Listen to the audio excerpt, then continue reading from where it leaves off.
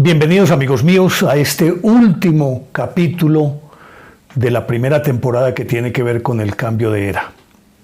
Después de todo este camino que hemos recorrido, ya prácticamente podemos decir qué es lo que va a ocurrir en el planeta. Lo que no sabemos cuánta sea su duración, si funcione o no funcione, pero en principio vamos para allá. Pero ya les contaré todo esto después de invitarlos a que se suscriban en mi canal de YouTube, Néstor Armando Alzate y Lógico. Suscríbanse, denle me gusta si en efecto estos contenidos les han gustado. Activen la campanita para que reciban notificaciones.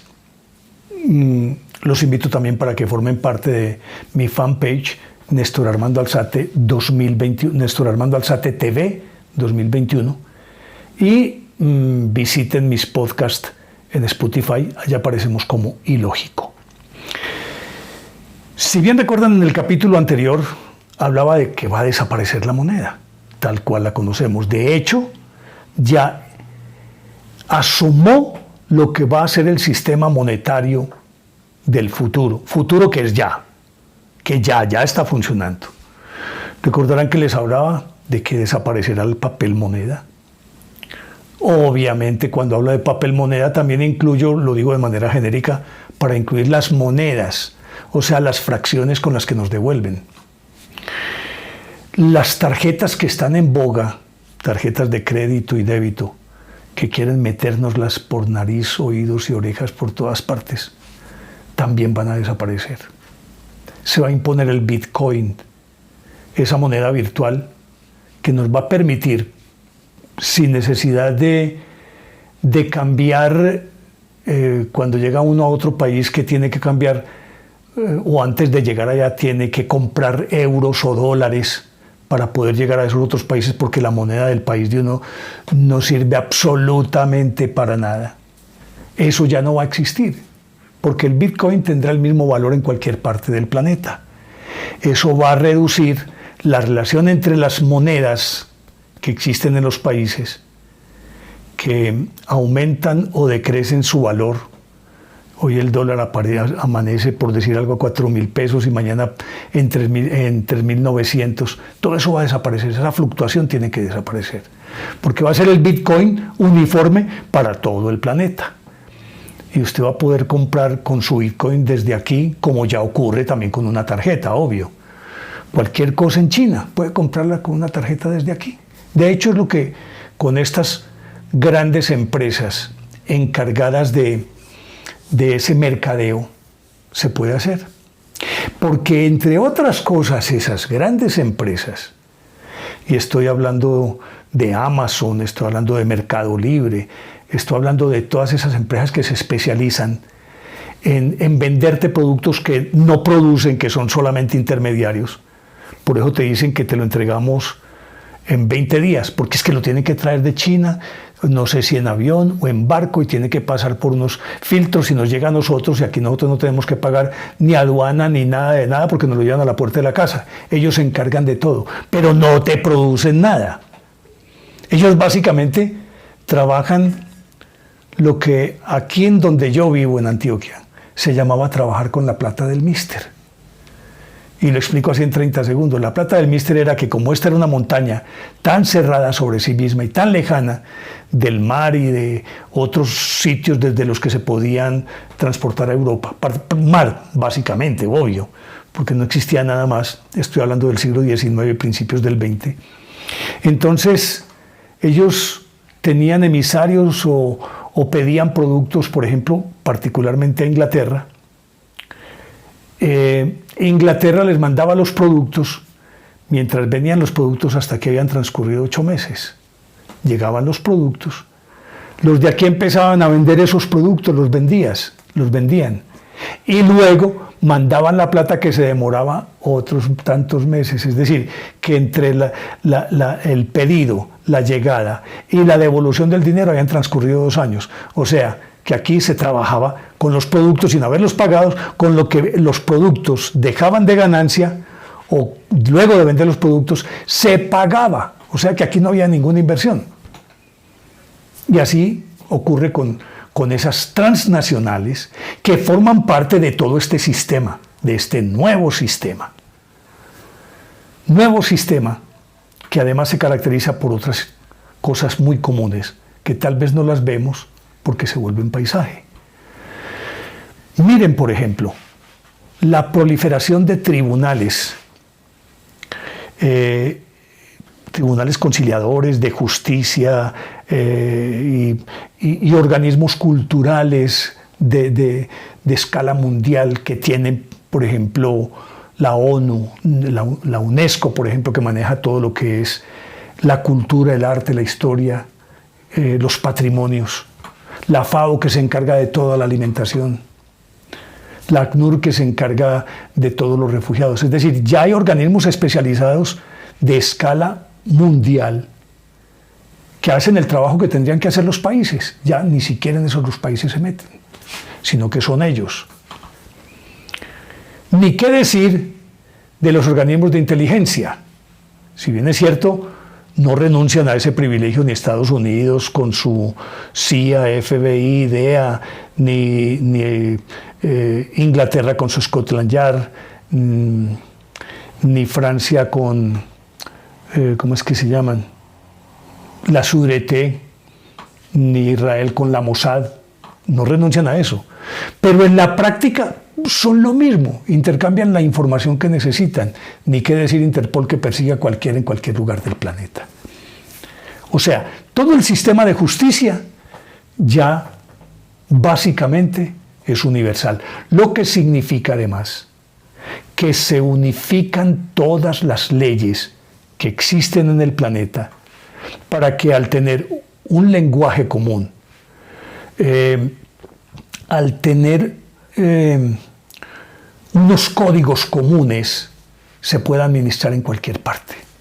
Y por eso pueden juzgar en Ginebra a un individuo que cometió crímenes en África, sin ningún problema. La justicia ya. Los órganos económicos que funcionan en el mundo, ya todos se aglutinaron ahí. Nosotros pertenecemos hasta la OCDE, que entre otras cosas no recuerdo qué es lo que significa esa sigla, pero que es un conjunto de países que miden toda su economía, su Producto Interno Bruto y todo lo que de ahí se deriva comparativamente con los demás para ver cómo pueden negociar y cómo no. Está también la Organización Mundial del Comercio. Y obviamente que están los benditos bancos, aquellos grandes benefactores de la humanidad que siempre se han preocupado porque nosotros podamos tener acceso al dinero. Ya son lo mismo, Fondo Monetario Internacional, el Banco Mundial, el Banco Central Europeo, el Banco de... Todos los bancos, ya todos pertenecen a los mismos, hacen lo mismo, juegan con las mismas reglas. O sea que es una organización a escala mundial. Ni qué decir de todos esos emporios financieros derivados de ahí, o sea, inversores que captan el dinero a través de esas transnacionales. Pero aparte de esos inversores, las grandes marcas que existen en el planeta, que ya trabajan en enroque, es decir, un poquito al estilo de lo que ha ocurrido con el Grupo Económico Antioqueño, el GEA, que todas las empresas tienen acciones en otras empresas que a su vez, a las que a su vez se les paga con acciones de esta empresa. Entonces todos tienen acciones en todas las empresas, todos son dueños de todo y están en igualdad de condiciones. Y eso significa que al tejer esa red económica, en la que todos son dueños de todo y por lo tanto son todos los que ponen las reglas de juego, pues esas reglas de juego que ellos imponen son más ni menos que un monopolio. No hay un tercero que pueda decir por allá cualquier país, no, venga para acá, que es que yo le presto la plata que esas pirañas se lo van a tragar, venga que yo le presto con mejores condiciones a mayores plazos. No, porque todos están metidos en el mismo saco. Y como es monopolio, ellos son los que imponen las condiciones.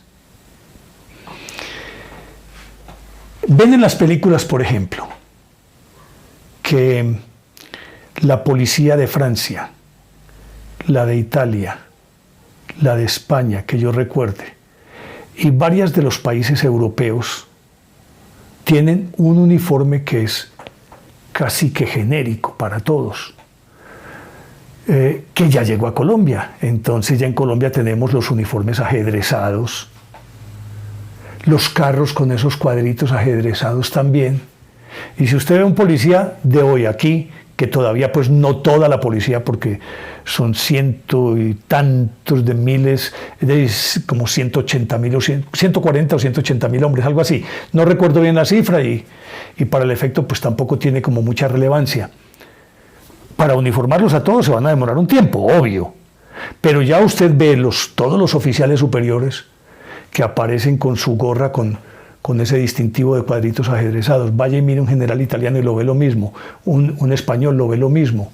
Es decir, hasta la policía la están uniformando de la misma manera en todo el mundo.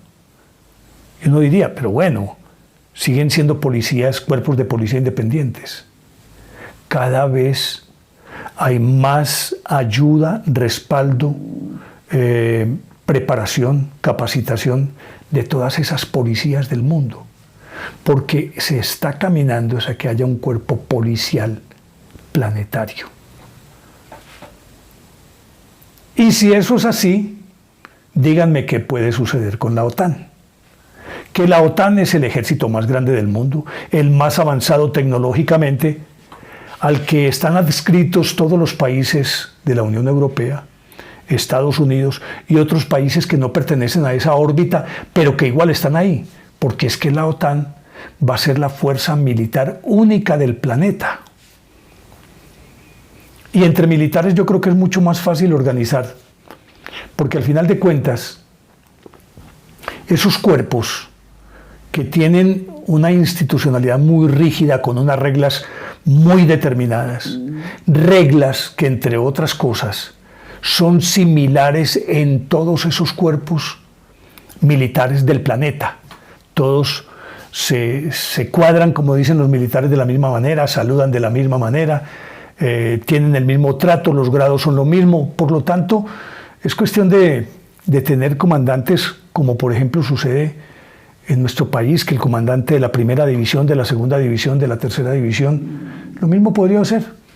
Un órgano central con un Estado Mayor conjunto, con oficiales superiores que manejan en cada país ese cuerpo del ejército que pertenece allá también. Es decir, todo esto necesariamente nos lleva a concluir que vamos a un reordenamiento planetario con un gobierno central en todo el mundo y una composición administrativa, geográfica, uniforme. Vamos para allá. Esto ya no tiene vuelta de hoja. Que paulatinamente están introduciendo esos cambios, cierto. Pero ya saben que eso funciona, y funciona por algo que contamos en los capítulos anteriores. Cuando eliminaron todas las fronteras en Europa, cuando a los países les esquilmaron su soberanía y entraron a formar parte de esa gran nación que se llama Europa, ese es el plan piloto. Ese experimento ya dio resultado. Y es un resultado que abarca más de medio siglo. Mucho más de medio siglo. Es decir, empezó como una comunidad económica al término de la Segunda Guerra Mundial, luego se conformó como una organización mixta política y económica, y entonces surgieron el Tribunal Europeo y el Parlamento. Luego se llegó a que ya tenían Parlamento, presidente, embajadores, ministros, moneda, himno, bandera, y ya se unió completamente. Sin embargo, una vez que salió Inglaterra con el famoso Brexit, esa fue una alarma que tocaron. Y diría, estoy especulando, esta es una especulación de mi parte, es lo que yo percibo, puede que esté muy equivocado, y si alguno piensa que lo estoy, hágamelo saber, yo no tengo ningún problema. Fue casi que un movimiento de ajedrez deliberado para ver cómo se comportaba el resto, a ver cómo podían, es decir, en el evento de que eso llegase a ocurrir como una especie de desbandada, cómo podrían volver a rearmar la figura. No pasó nada. Quien sale perdiendo es Inglaterra. Pero es, yo diría que una jugada hecha desde adentro. Es lo que llamarían un caballo de Troya, mejor dicho. Porque por lo que veo, inclusive en 2017, en 2017-2018, Emmanuel Macron pronunció un discurso diciendo que estaban en la refundación de Europa. Como quien dice, cierran este capítulo de la Comunidad Económica Europea, la Comunidad Europea, luego la Comunidad, hasta llegar hasta la Unión Europea, cambiando los nombres, hasta llegar a la Unión Europea. Ya ese ciclo se cerró.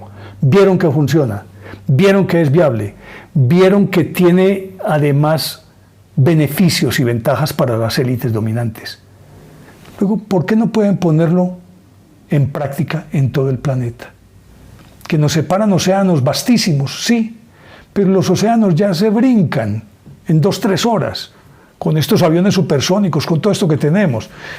Ya es la aldea global. Creo que ahora sí, cuando Marshall McLuhan dijo este concepto por allá en los años 70, lo veíamos como una utopía, como una quimera o como un loco, como así que aldea global. Señoras y señores, esta sí es la aldea global, en la que ni siquiera los idiomas nos van a distinguir, porque nos van a imponer que tengamos que hablar un idioma oficial. No sé si el inglés, el francés, en ese caso la potencia dominante en ese momento. Nos van a poner... De hecho, la educación ahora de los niños tiene que incluir el dominio de otra lengua, particularmente el inglés, que se supone que es el idioma más hablado en el planeta. Ya tiene que estudiar inglés. Tenemos que dominar varios idiomas. Y dominando los idiomas desaparecen nuestros valores culturales y nuestros giros idiomáticos.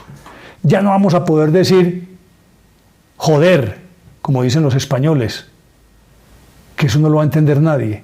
O como decimos los antioqueños de Ave María. ¿Para qué? Eso desaparece en todos estos giros, los dichos, los refranes. El idioma también ya cambió. Miren los neologismos que tenemos en el español, el segundo idioma más hablado del planeta. Tenemos una mezcla de términos que vienen del inglés, del francés, del italiano, que ya los usamos de manera común y corriente. Pues señores, es un hecho. Y es cuestión de tiempo. Y de muy poco tiempo en la escala histórica. Para que veamos un reordenamiento planetario total e irreversible, y no tendrá vuelta de hoja.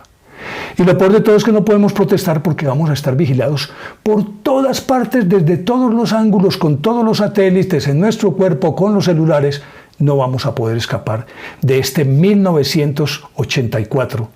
Cuando digo esto, estoy hablando del título de la obra de George Orwell, que aludía a esto de manera premonitoria por allá en los años 30 del siglo XX.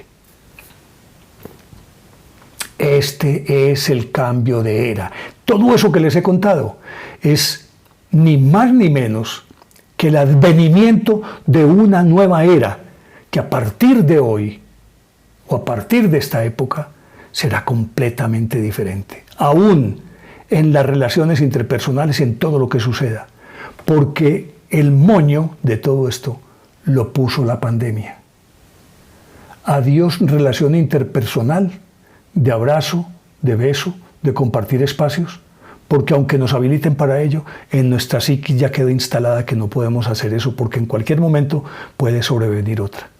Esa pandemia fue la que a la hora de la verdad, no sé si inducida, si prefabricada o si surgió de manera natural, esa pandemia es la que nos ha llevado a lo que ya nos convirtieron y que seremos en adelante. Rebaño. Y la única salida del rebaño, amigos míos, es mirar hacia adentro, es creciendo espiritualmente, sea cual fuere la forma que uno tenga de concebir la espiritualidad, con Dios o sin Dios, como ustedes quieran, pero es cuestión de mirar hacia adentro. vamos a tener que crecer para liberarnos de esa rueda, de ese círculo vicioso, para poder crecer como personas. No hay más alternativa. Bien, finalizamos entonces este capítulo y finalizamos este ciclo del cambio de era. A partir de ahora vamos a comenzar una segunda temporada con unos temas que yo sé que les va a gustar muchísimo, porque son muy sugerentes por naturaleza. Así que a ustedes muchísimas gracias. Espero que les haya gustado y denle me gusta a la denle me gusta. Suscríbanse a mi canal de YouTube, Néstor Armando Alzate Ilógico, y activen la campanita para recibir notificaciones. Esto que les he contado, todo esto, ¿a ustedes les parece lógico o ilógico? ¿Y qué vamos a hacer frente a esto? Es una decisión personal. Cada quien es quien esculpe su destino. Así que por ahora muchísimas gracias. Nos vemos en otra oportunidad y chao.